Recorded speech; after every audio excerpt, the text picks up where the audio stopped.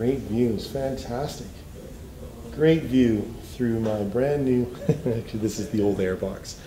This is the old Airbox from the Scrambler that we've removed, and it just looks a little like a viewfinder, so I keep playing with that. But we've removed the old Airbox and we've installed the new filters on the bike. By having done this, we've gone to a cleaner look, and initially we went this route because we've introduced new carburetors. So by removing the Airbox, we've also removed the cradle for the battery, which would normally have sat here. And on the other side of the Airbox, this would be the right side of the bike, this is where the fuse box would have been located. And then on this side, which is the left side of the bike, would have been access to the actual air filter. And then there's a place for the starter relay switch, and then a couple of relay switches built in right here. By removing this, I'm gonna guess probably 7 to 10 pound plastic box, I have created a bit of a problem. Where am I gonna put the battery? Because the battery used to sit in here, and the starter relay and the relays, etc., etc. Where's that stuff gonna go? This is our solution.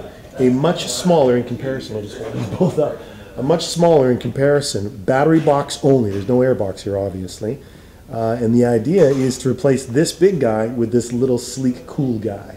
This is made of steel, and I think the paint has been electronically painted, also known as powder coating, into a really nice sort of bedrock finish. And what we see here is a place to install the battery.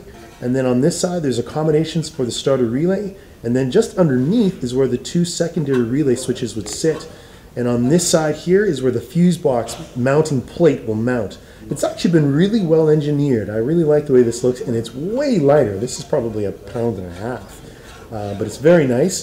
And it goes right back in place where the old Airbox used to be. The new battery box is going to go in place. So we're just going to follow it right in here.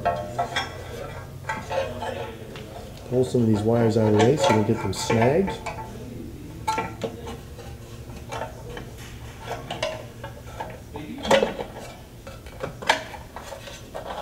And this is just a mock-up, of course, because we always want to check 10 times before we install it. But that is what it's going to look like. I'm going to bring it up for camera, just so you can have a closer look. And that's what it's going to look like. So the starter relay is going to plug in right here. And these two relay switches are going to plug in right here and here. They're going to sort of sit underneath like that.